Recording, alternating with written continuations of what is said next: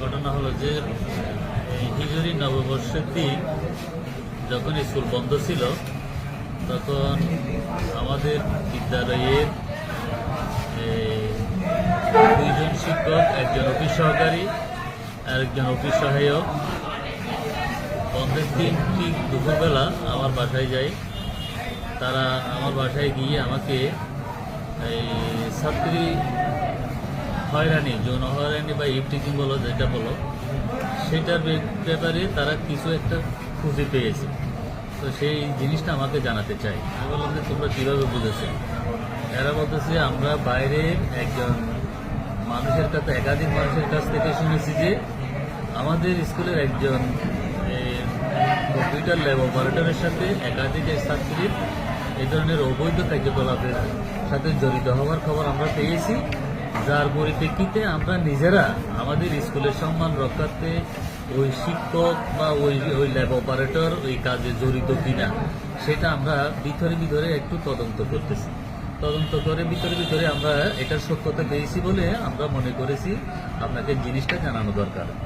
যেহেতু জিনিসটা বন্ধের দিন আমাকে জানাইছে, সাথে সাথে আমি আর কোনো ধরনের রূপায়ন্তর না দেখে তারা বলেন যে জিনিসটা যদি সত্য হয় তাহলে এটা তো খুবই একটা খারাপ কাজ, এটা তো চলতে দেওয়া যায় না।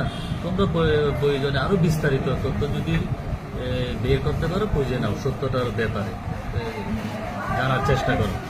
এর পরবর্তীতে আমি আমাদের ম্যানেজিং কমিটির সম্মানিত দাদা সদস্য, যেহেতু আমাদের সভাপতি সাহেব SM আবুল কালাম সাহেব, তিনি দেশের বাইরে আছেন, আমি ওনাকে মোবাইলে জিনিসটা জানানোর চেষ্টা করেছি। উনি ওনার সাথে ঠিক সন্ধ্যার আগে অর্থাৎ 5টার প্রাককালে 5টার সময় আমি ওনার সাথে জিনিসটা একটু বলি। জিনিসটা বললেন যে যেহেতু এটা ছাত্রছাত্রী সংশ্লিষ্ট, উনি বললেন যে ঠিক আছে, এটা নিয়ে আমরা বসি, সেটা নিয়ে কি করা যায় সেটা আলোচনা করব।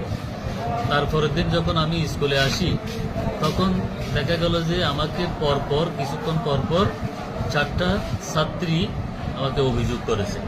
আমাদের সম্মানিত সহকারী প্রধান শিক্ষক মহোদয় সাথে আমার ছিলেন, উনি জিনিসটা করেছে, আমিও করেছি। করার পর আমরা খুবই অবাক হলাম, ইতস্তত করলাম এই ধরনের ঘটনা কেমনে হয় সেটা আমরা প্রয়োজনীয় ব্যবস্থা নেওয়ার জন্য তাদেরকে আশ্বাস দিই, স্টুডেন্টদেরকে আশ্বাস দিই। আমরা এটা তোমরা বাবা যে অভিযোগ করেছো সেটার ব্যাপারে তোমরা যদি স্টেটমেন্ট দিতে পারো যে কোনো সময়, এটার সত্যতা যদি হয় তাহলে তোমরা উপযুক্ত বিচার পাবে না।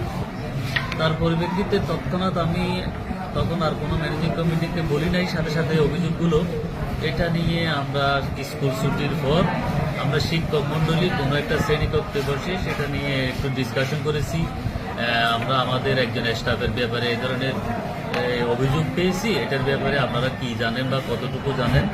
তো আমরা সবাই মিলে আলোচনা করেছি। সেটা আমাদের শিক্ষক মণ্ডলীও বলেছেন যে যেহেতু স্কুলের একটা বামত্বের ব্যাপার, কেউ যদি এই ধরনের কাজে জড়িত থাকে, সংশ্লিষ্ট থাকে, ওনারাও বলেছেন তার শাস্তি হওয়া উচিত। কেউ কিন্তু ছাড় দিয়ে কথা বলেন।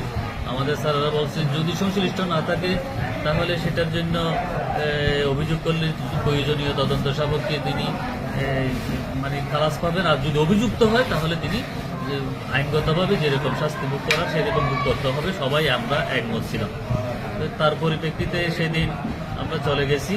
চলে যাওয়ার পর উনি হঠাৎ করে কি মনে করছে কিছু জানি না, তিনি আমাদেরকে একটা পদত্যাগপত্র উনি দিয়েছেন। যেহেতু উনি আমাকে একটা কাগজ দিয়েছেন, পদত্যাগপত্র দিয়েছেন, সেটা আমি রিসিভ করেছি, কিন্তু সেটার কার্যকরী ব্যবস্থা করতে হলে তো সেটা ম্যানেজিং কমিটিতে উত্থাপন করতে হবে, স্বাভাবিক সিস্টেমে যেটা করতে হয় সেটা করতে হবে।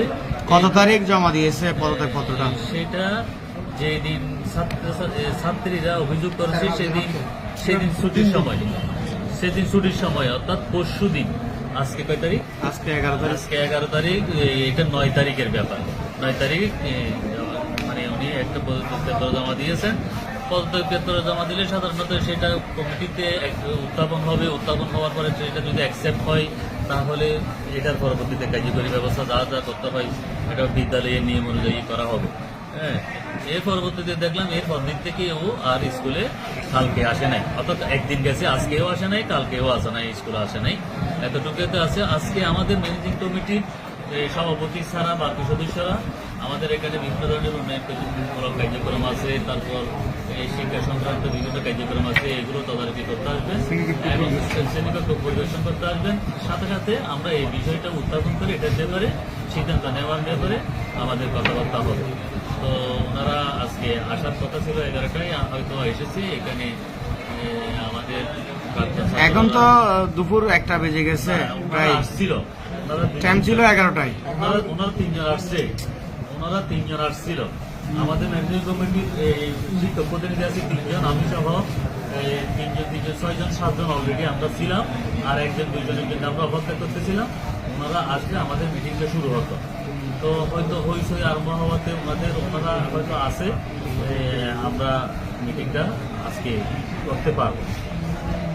আচ্ছা, এই আপনাদের যে আজকে মিটিং এবং ঊর্ধ্বতন কর্মকর্তাকে জানানোর একটা নিয়ম রয়েছে, এটা একটা শিক্ষা প্রতিষ্ঠান, মাধ্যমিক শিক্ষা অফিস বরাবর আপনি কি জানিয়েছেন এবং বোয়ালখালী থানা ওসি অথবা ইউনো কাউকে কি অবগত করেছেন? সাথে সাথে দরখাস্ত পাওয়ার সাথে সাথে দরখাস্ত পাওয়ার সাথে সাথে আমি যেহেতু পরশুদিন পাইছি, কালকে এবং আজকে আমি আমার ম্যানেজিং কমিটির সাথে আলোচনা করে বিষয়টা আমি থানা বলেন, শিক্ষা অফিসার বলেন, ইউনো স্যার বলেন, আমাদের সাথে মানে জানানোর ব্যাপারে আমাদের সে পরিকল্পনা আছে।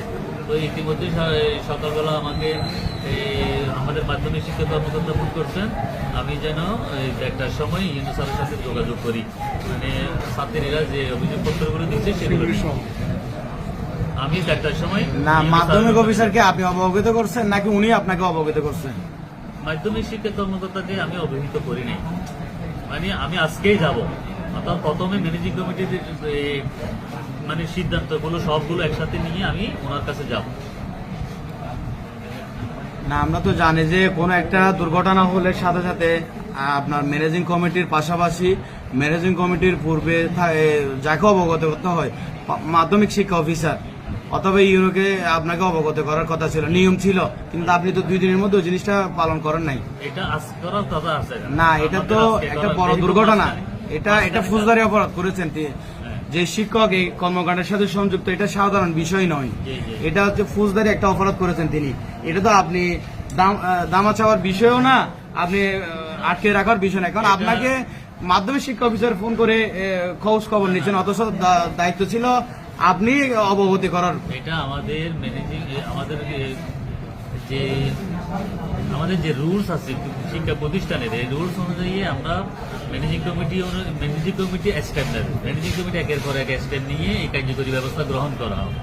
এটার ব্যাপারে যে কোনো একটা অভিযোগের ব্যাপারে আগে ম্যানেজিং কমিটিকে উত্থাপন করতে হবে। ম্যানেজিং কমিটির সিদ্ধান্তের পরিপ্রেক্ষিতে আমরা যেটা সিদ্ধান্ত হয় সেই আলোকে আমরা উপরের দিকে অ্যাডভান্স হব। তবে আজকে আমি এই আমাদের ইউনো স্যার এবং মাধ্যমিক শিক্ষা অফিসারকে মানে সরাসরি গিয়ে জানানোর আমাদের আছে বৈঠকের পর। আর একটা কথা রয়েছে, অভিযোগ রয়েছে মোটা অঙ্কের টাকার বিনিময়ে, এটা দামা চাওয়া দেওয়ার একটা অভিযোগ রয়েছে, এই বিষয়ে একটু বলবেন। মোটা অঙ্কের টাকা দিয়ে দামা চাওয়া দেওয়ার এখানে তো কোনো প্রশ্নই উঠে না। কারণ স্টুডেন্টরা অভিযোগ করছে, অভিযোগের পরিপ্রেক্ষিতে এটা সিদ্ধান্ত নেওয়ার জন্য আমাদের প্রত্যেকটা কার্যক্রম পরিচালিত হবে। এখানে দামা চাওয়া কি দেবে, কে দেবে, কেন দেবে? আচ্ছা, এই মুহূর্তে স্কুল ক্যাম্পাসের আশেপাশে অবরুদ্ধ করে রেখেছে, এই বিষয়ে একটু বলবেন। তারা বলছে এটা বিচার না হওয়া পর্যন্ত এখানে অবরুদ্ধ থাকবে স্কুল, এই বিষয়ে।